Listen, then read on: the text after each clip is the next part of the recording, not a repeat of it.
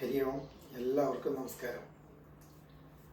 മാർഗശീർഷമാസത്തിലെ ശുക്ലപക്ഷ ഏകാദശി, ഇത് വൈകുണ്ഠ ഏകാദശി എന്നും സ്വർഗവാതിൽ ഏകാദശി എന്നും അറിയപ്പെടുന്നു.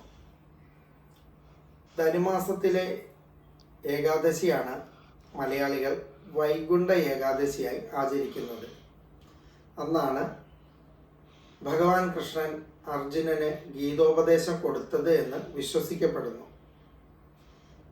അന്നേ ദിവസം വ്രതം അനുഷ്ഠിക്കുകയും വിഷ്ണു ക്ഷേത്ര ദർശനം നടത്തുകയും,